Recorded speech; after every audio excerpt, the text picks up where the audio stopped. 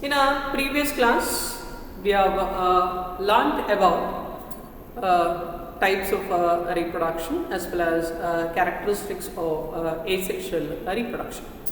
Characteristics of what? Asexual reproductions. And also in the types of reproduction, we have studied in detail about the fission, that is a binary fission as well as multiple fission. Binary fission as well as what? Multiple fission.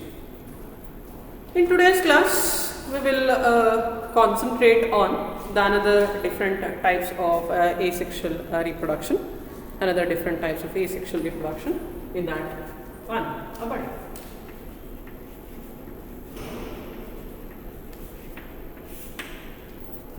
Extra outgrowths or the projections seen in a parental cell called as budding. And this bud, if it is involved in asexual reproduction, we call that process as what? Budding. We call that process as what? Budding. An extra outgrowth seen on the parental body called as a bud, and this process, that is a bud which acts as an asexual reproductive structures, we call that process as what? Budding. Here, the bud could be seen either on the outer surface of the body or it might be in the internal surface of the body. Outgrowths could be seen either externally or it might be internally. If it is seen externally, we call it as external budding, and if it is seen internally, we call it as internal budding. External idre external budding anta ಕರೀತೀವಿ, internally bud ಅಂದ್ರೆ body inside ಏನಾದರೂ ಬಡ್ formations ಆಗಿದ್ರೆ ಇದನ್ನ ಏನಂತ ಕರೀತೀವಿ? Internal budding ಅಂತ ಕರೀತೀವಿ. ಸೊ ಫಾರ್ ಬಡ್ಡಿಂಗ್ ಅಲ್ಲಿ ಎರಡು ತರ ಇದೆ, ಒಂದು ಎಕ್ಸ್ಟರ್ನಲ್ ಮತ್ತೆ ಇನ್ನೊಂದು ಯಾವುದು? Internal. First will move on to external budding. The organisms which shows external budding, it is of Hydra. Last year ಓದಿದ್ದೀರಾ ಸಿಲೆಂಟೆಡ್ ಅನ್ನೋ ಚಾಪ್ಟ್ರಲ್ಲಿ, ಮತ್ತು ಈ ಹೀಸ್ಟ್ ಇದನ್ನು ಲಾಸ್ಟ್ ಇಯರ್ ಓದಿದ್ದೀರಾ. ಇದು ಅನಿಮಲ್ಸ್ ಅಲ್ಲ, ಇದು ಯಾವ್ದು ಬರುತ್ತೆ? It comes in the group of micro. ಇದರಲ್ಲಿ ಇವೆರಡು ಆರ್ಗ್ಯಾನಿಸಮ್ಸ್ ಏನಾಗುತ್ತೆ? They shows a type of external body. For example, if I take of the Hydra, if I take off the hydra, as all of you know that it has the tentacles, a body. What happens? This hydra, during a time of a budding, a small outgrowths or projections will be seen on the surface of the parental body, and these projections will be on the outer surface. A small outgrowths or projections will be seen on the external surface. It is on the outer surface of a body. When the small projection is being seen, whatever the nucleus which is present in the parental cell, it divides. That is, the chromosomes or the DNA what present, they replicates, and the chromosomes followed by that is, they also gets replicated. And so for the nucleus, it divides into two, or the nucleus divides. And whatever the divided nucleus, that particular nuclei moves to this projections, or they moves to this projections. Later, this bud grows to some particular height, and when it is being capable of leading its life individually, that is, there will be characteristics as to that of a parent. They receives the nucleus, they receives the content of cytoplasm, that is, when it feels or when it is said to be independent, when it is capable of leading its life independent, they detaches from the parental body, and they grow into a new individual, and we call such a type of reproduction as what? External budding. Of small projections or outgrowths seen on the surface, external surface of the parental body. This, when it grows to some particular height or when it gets independent, finally they detaches from the parental and they grow into a new individual, and we call such a reproduction as external budding, and this is seen in Hydra as well as in what? Yeast. that is yeast derived fungi.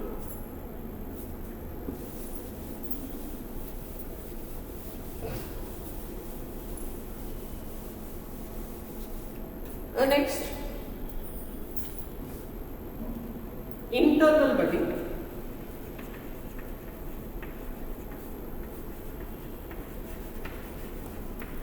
In freshwater sponges, called as a spongilla, in freshwater sponges, that is whenever the condition is not favorable.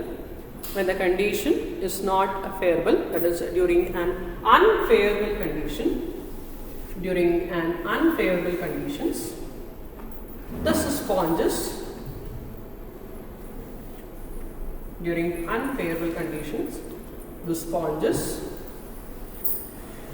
produces an internal bud, we call this internal bud as what? Gemmules.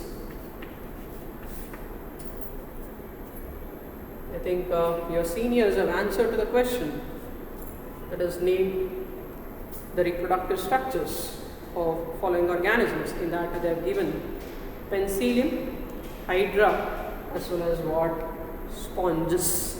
I think the answer is of what? Gemmules. The internal buds produced in sponges are called as what? Gemmules. Then what do these gemmules contain? This gemmules has its unfavorable conditions. So far, they contains a mass of cells which are formed from a division activity, that is multiple division. We call that as what? Archaeocytes. When the condition is not favorable, the sponges produces the internal bud, we call it as gemmules, and this gemmules contains a mass of cells called as archaeocytes. And this archaeocytes is protected by spicules. That is spiny outgrowth, double coated structures. These are the spicules, as they are prone to so many disadvantages. So far, this is a protective structures which protects this, what we call it as embryonic cells, but we do not use the word of embryo. We call it as what? Archaeocytes. And those archaeocytes is protected by what? The spiny structures, which we call it as spicules. And even here, in the surface of the spicules, where you could see a small opening, which we call it as micropyle. A small opening, what you could see in this internal bud, we call it as what? Micropyle.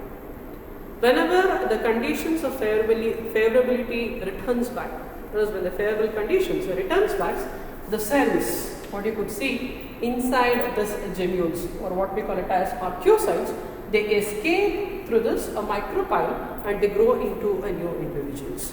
They escape through this and they grow into what? New individuals, and so far we call that as what? Internal budding. So far we call that as what?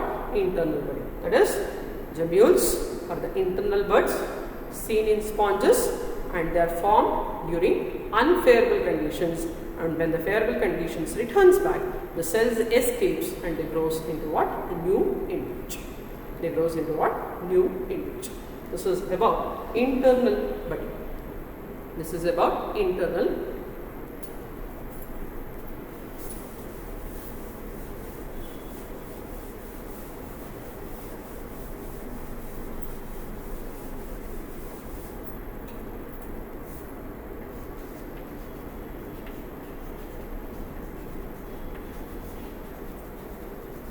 It's also the another type of asexual reproduction.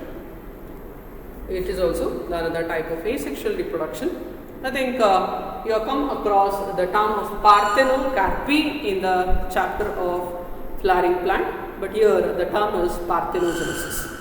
Parthenocarpy is the formation of the fruit without fertilization So for there you could see the seedless fruits. But parthenogenesis, it is also closely to that, but here the individuals are formed from the unfertilized eggs. Because in a sexual reproduction, all of you know that the egg gets fertilizes with that of a male gamete, and that results in the formation of a diploid zygote.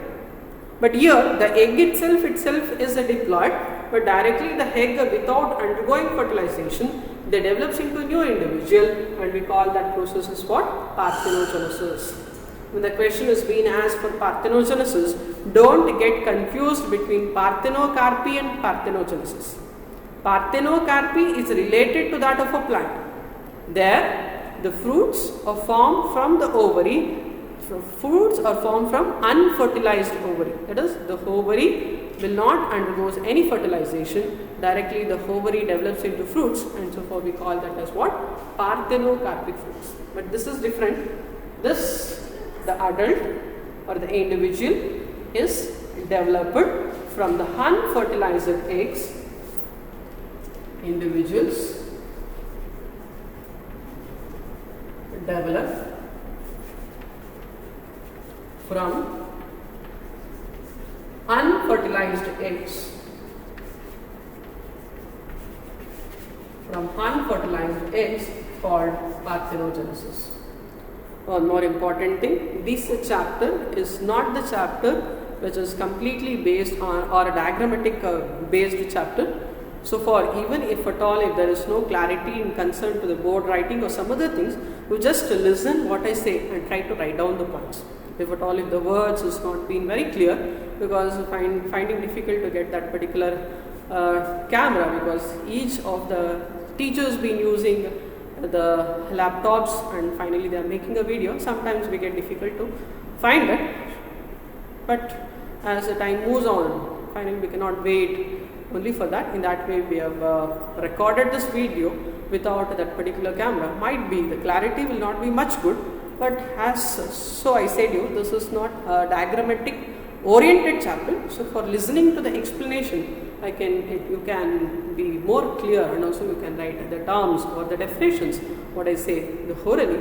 If it is being clear, you just make down through board. If not, you just whatever the points which I said, you make down the points orally.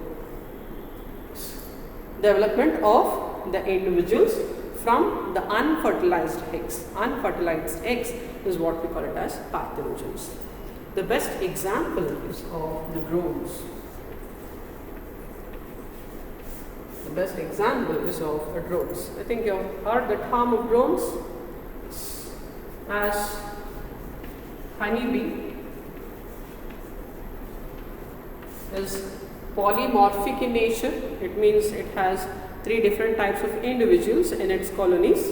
One will be of a queen, another is of workers, and another is of drones.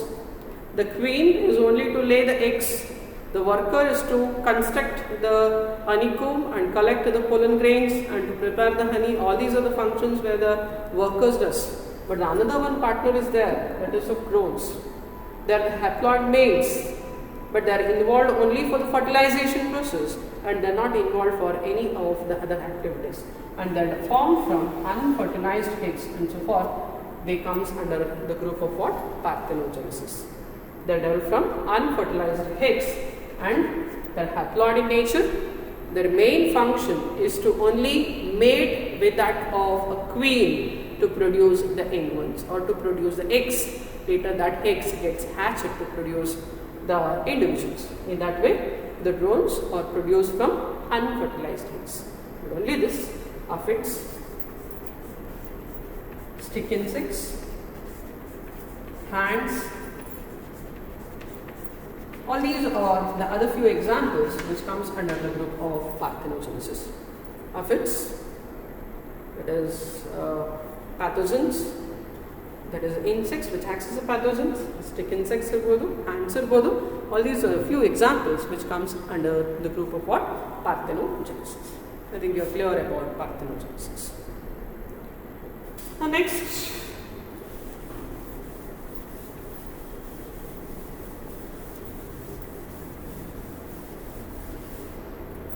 fragmentations.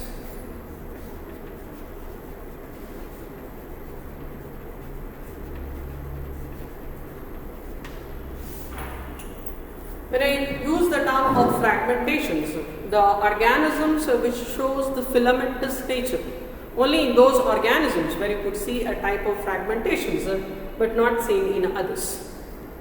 Filamentous natures, and even the plants also shows the fragments, yes. So but most of the organisms which shows the filamentous natures, they undergoes a type of fragmentations less than to that of the other. There are exceptions, I cannot say it is 100%, but most of the filamentous type of organisms shows a type of what? Fragmentation. I think previous year you have all learned one of green algae in a practicals as well as in a theory, and they are specifically filamentous in nature, and they are named as Spirogyra because of a spirally arranged chloroplast, and we call this as a pond scum or pond skill or pond silk. All these are the different names being given for the Spirogyra, or what we call it as a green algae. And you have been seeing the slide which contains this Spirogyra specimen. I think you are getting a clear idea where the cells, there are also unicellular organisms, but the cells are arranged one above the other to form what? Filamentous structures. They are arranged one above the other to form what? Filamentous structures. As they are present in the water, you could see a lot of disturbances. Either it might be the waves or the movement of animals or any of these things that results in the filament to split into small pieces. To split into what? Small pieces. And each of the piece, we call it as what? The fragments. Each of the piece, we call it as what? The fragments. This fragments, then that is as and when this separates from the parental body, and each fragment has a capacity to develop or to grow into a new individual, and we call that a process as what? Fragmentation. If a parental cell or if a parental body splits into small pieces, each piece we call it as what? The fragments, and the fragments they separate from the parental body and they grow into a new individual, and we call such a reproduction as what? Fragmentation. It's also another type of asexual reproduction. I think you can look on to the characteristics of asexual reproduction.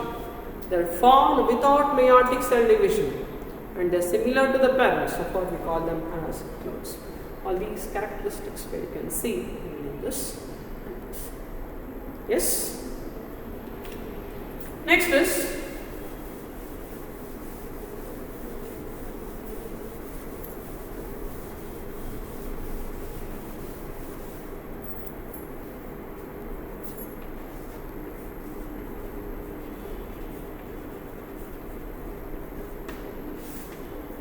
formation of the spores, and the spores which acts as a reproductive structures is what we call it as sporulations.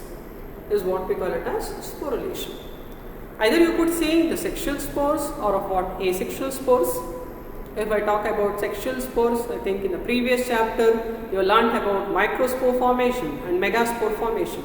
But there you could see meiotic cell division, there you could see gamete formation, there it is what we call it as fertilization. All these will be seen. But where we are studying this under asexual reproduction. So we concentrate only on the asexual spores, not on that of sexual spores. Not on that of what? The sexual spores. Many know that is the fungi. As all of you know, it belongs to the group of mycota, or the fungi itself it's called as mycota. It does not belong to any other group. Other name of mycota is what? The fungi.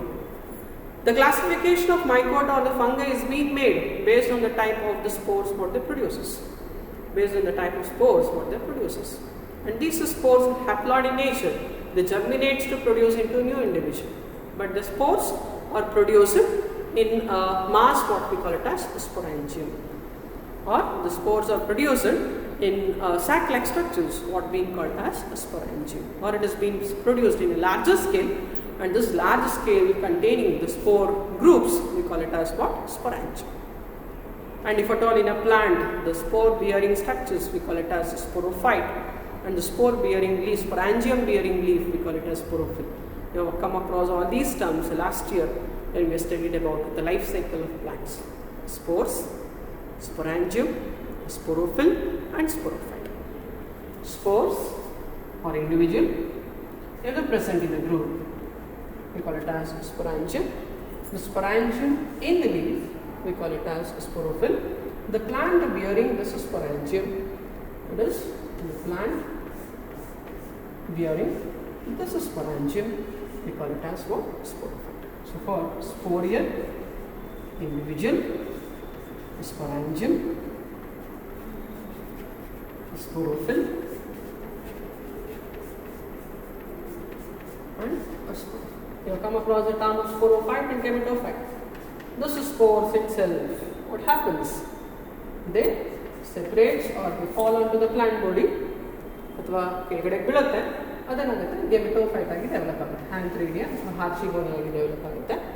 Angiosperms ಅಂದ್ರೆ they develops what? The flower, which will be a gametophyte. In that way, you could see sporophyte alternates with that of gametophyte.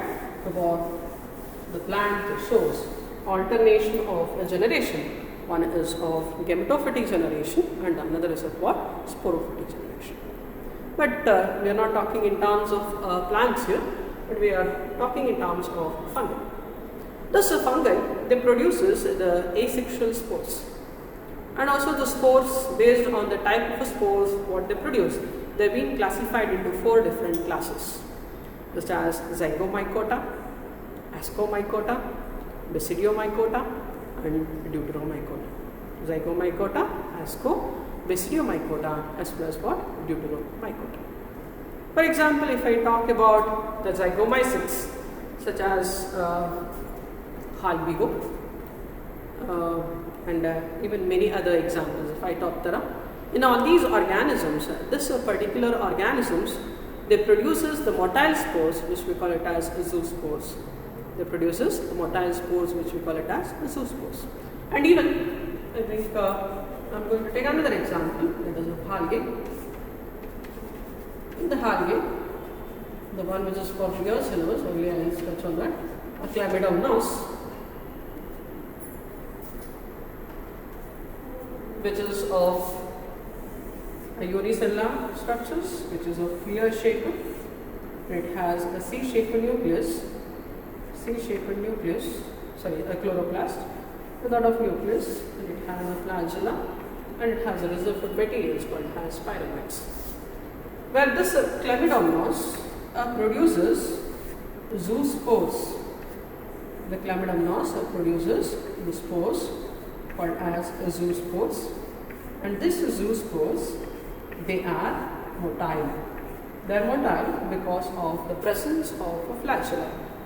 And this zoospores, when you could see they are more in number, or when they completely gets formed inside the parental body, they splits the parental body and they escapes and they grow into a new individual. So for the motile spores are of what? The zoospores.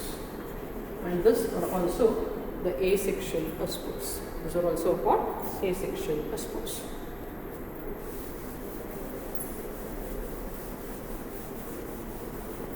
Whereas if you look on to the members of ascomycota, for example, penicillium, it's also a fungi, don't confuse, it's penicillin, antibiotic, don't confuse that it is a bacteria. This penicillium produces the chain-like structures. This chain-like structures are what we call it as conidiophore, and this conidiophores bears what? A conidia, and this conidia acts as what? Asexual reproductive structures. Acts as what? Asexual reproductive structures. Same manner, if at all, if you look on to the Agaricus, in the Agaricus where you could see the presence of the gills in the center, and it produces the bulbous-like structures, which we call it as basidia. And this basidia, where you could see the presence of basidiospores, which are exogenously formed, and even they are in the cheeks. So for, as I said here, basidiomycota or basidiospores, zygomycota, most commonly the zoospores, and in ascomycota where you could see the conidium, and also if you look on to the deuteromycota, there the sexual reproduction is absent. There also you could see conidium. In that way, based on the type of spore formations, where the fungi being classified into 4 types: asco, basidio, deutero, and zygomycota. So for, and if you look on to that of a rhizopores, rhizopus, if you look on to that of a rhizopus, last year drawn, you could see the bulb-shaped structures called as sporangia, and this sporangia contains a group of sporangiospores. Whenever the favorable conditions returns back, the tip or the wall breaks and the sporangiospores exposed out, and they are ready to grow or they are ready to infect. Same manner, if you prepare the food, if you leave the food unboiled, or if you are not going to eat the food spontaneously, or if you are not going to boil the food for more than 8 or more than 12 hours, you could see it starts to decompose. You could see the smell. If at all, if you leave that for more number of days, what happens? The cottony like outgrowths will be seen, and that is what we call it as hyphae or a mycelium, which is the parent or which is the plant structures what you could see in a fungi. And this mycelium is seen because of these spores. All these spores are present in that is in the aerial mode. Whenever it comes in contact with that favorable medium, it starts to germinate and they grow to form into that of what? Mycelium. So for if a reproduction occurs by means of spores, we call it as what? Sporulation. It might be sexual or it might be asexual, but as we are dealing with that of asexual, so for some of the asexual spores or of conidia, bastidiospores, zoospores. But in this, zoospores are motile, remaining are non-motile due to the absence of flagella. Due to the absence of what? Flagella. Next,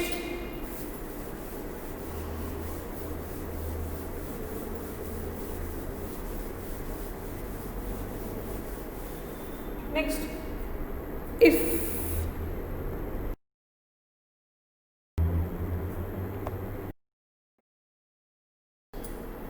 I think when we talk about another type of reproduction, that is of vegetative propagation or vegetative reproduction. Vegetative propagation. Many of the plants which are not capable to produce the seeds, most of the time, that is through the nodes, they reproduce. But this nodes, based on the part or based on the structures what they are being formed, they are being given with different names.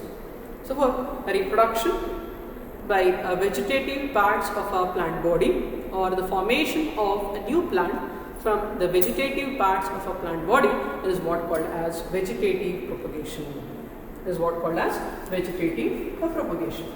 And this vegetative parts which are involved in a reproduction activity, we call it as vegetative propagules. The vegetative parts which are involved in vegetative propagation, we call them as what? Vegetative propagules. And this vegetative propagules should have the nodal region, because the nodes are the structures which contains meristematic tissues which are capable of undergoing mitotic cell division, and finally that results in giving a rise to new structures. So without a node, that is without a plant, without a nodal part, we cannot call them as vegetative propagules. The plant which contains nodal part and which has a capacity to give a rise into a new plant, we call them as what? Vegetative propagules. I think a few diagrams being written in the board, all of you are familiar with all this in the previous class. But these are the plants are being modified. Few of them are modified only for vegetative propagation, and few of them are modified even for the storage of food materials. For example, if I take a tuber, I think last year you studied the underground stem modified for the storage of food. Best example, potato. Not only this, even ginger. What happens? The tip of root gets bulged and stores the rest of food material. to form the structures called as tuberous. And here the stem grows horizontally and this stores the residual material, which we call it as a rhizome. As we call it as a stem, definitely it should have a node. Definitely it should have a node. So for here the nodal regions, we call it as buds, and whatever the line what been drawn here, they are also the nodes. And this particular area, wherever you could see the nodal portions, if you cut that part and if you place that into a soil, they starts to germinate and they grow into a new part, and we call that structures is what vegetative propagules. So for here adventitious buds, the nodes of rhizomes, all these they acts as what vegetative propagules. A lot been studied last year. A runner, a sucker, a stolon, all these they also comes under this particular things. Runner example where you can take oxalis. In that way, a sucker, a stolon, all this. Finally, if I talk about the another things, a bryophyllum, all of you are familiar, Brahma Kamala anta kariti. Whereas this is a plant which is modified for xerophytic habitat. It is because of that the stem is modified into leaf-like structures which stores the residual material. The stem is being modified into leaf-like structures which contains a residual material, functions in photosynthesis, and this also contains what? Mucilage, which avoids excessive water. But in their notches, it is in the leaf margins. In their leaf margins, wherever you could see the notches, there it contains the adventitious buds. Illali notches idyo, alli adventitious buds ಇದೆ. And this adventitious buds, they act as vegetative propagules. They act as vegetative propagules. That is when you cut the leaf into many pieces and if you place it into the soil, where they grow into a new individual. And this is a plant as it is xerophyte. So for without water and even without the soil, if you place, finally it has a capacity to grow, but with the soil it has been grown. So for each part, that is the leaf buds, they are the one which acts as what? Vegetative plants. Last year you have studied about the offsets. It's an aquatic plant that is Hycornia, if not called as what we call it as pistil. The lateral rod grows horizontally. The lateral branch, or what we call it as, the lateral branch, they grows horizontally, and the place wherever the nodes comes, they produce a tuft of leaves and tuft of roots below, and we call the roots structures as what? Offsets. And this Hycornia, we call it as water hyacinth, and we have imported this plant because of its beautiful color of leaves and a beautiful flower. But after getting over, finally we come to know how difficult to get rid of this, because it propagates very faster. It propagates very faster and it grows on the surface of a water. When it grows on the surface of water, it drains off all the oxygen what present in the water. In that way, it will not allow the sunlight even to pass in, and even it will not allow the oxygen to get for this aquatic fishes or for phytoplanktons and also for zooplanktons.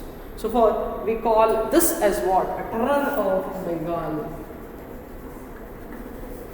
And it is highly difficult to eradicate this plant. I think in a Bangalore, ಕೇಳಿದರ Halasuru ಕೆರೆ ಅಂತ ಇವತ್ತು clean ಮಾಡಿರ್ತಾರೆ, ಇನ್ನೊಂದು ವಾರಕ್ಕೆ ನೋಡಿದ್ರೆ, ಯಾಕಂದರೆ ಇದು vegetative propagation ತುಂಬ ಫಾಸ್ಟ್ ಆಗಿದೆ.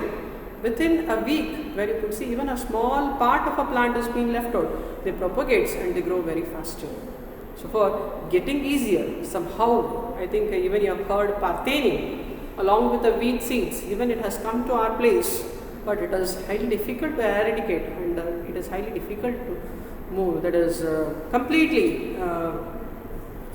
free of that particular plant. Same thing, even you could see.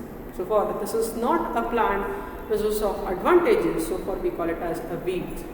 It's a weed plant in water, or it is also called as a terror of Bengal or water hyacinth. They mainly shows vegetative propagation very faster rate, and they are responsible for the death of aquatic fishes, and also they are the one which is responsible for polluting the water.